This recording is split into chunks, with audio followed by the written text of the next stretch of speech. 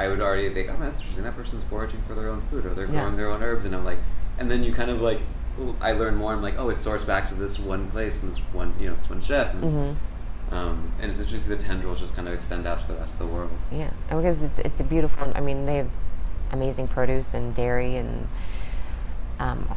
land and way of life, and it's really beautiful. And he really brought attention to that, which there's places in the world all over that have that. But I think he made people really think about it. People didn't before, but it highlighted it, in a special way, internationally.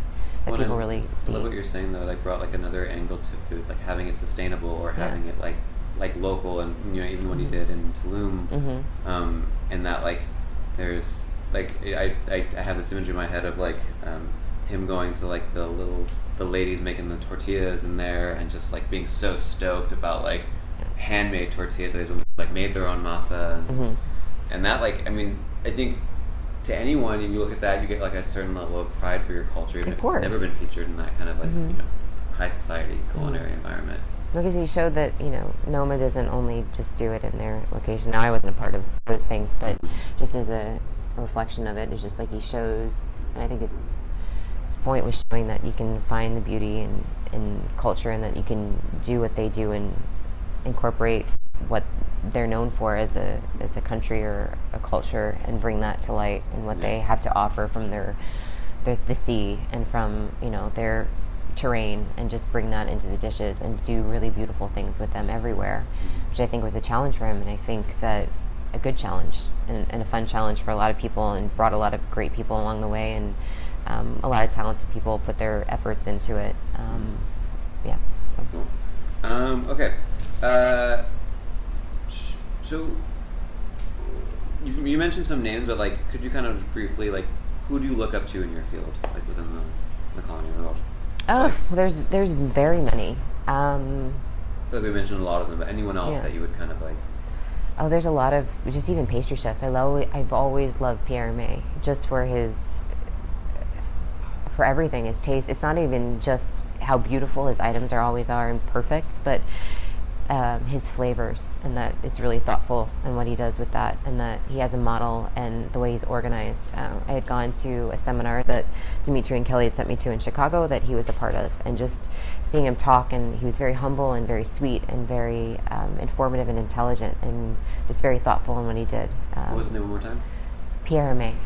Pierre Hermé. Beautiful. Dominique Ansel, another, just was a wonderful leader, extremely talented.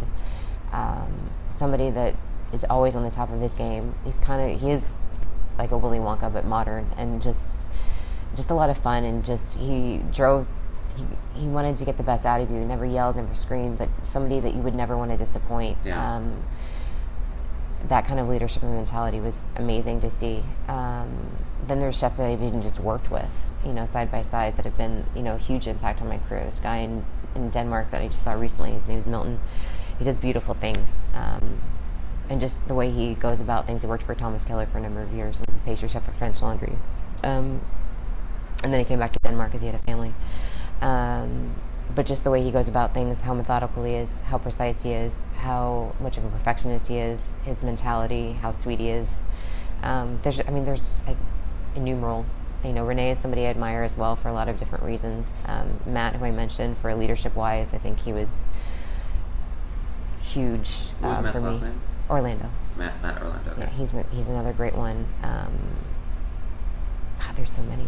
I could go on forever. It's so funny because I'm like seeing all these lines, because knowing you, right, and the way that you lead people, and I feel like there's really just two types, right? There's like fear and respect, and there's love and respect, and that like people want to work hard for you because they're side by side. They know how hard you work, and they also know how much you care about, and laughing with you, and just like and of course I've seen other chefs and the other side of the things, but like the way you talk about Renee or Matt or Dominique, you could tell that they had the same exact, and even probably your mother and your grandfather, and like I don't know, like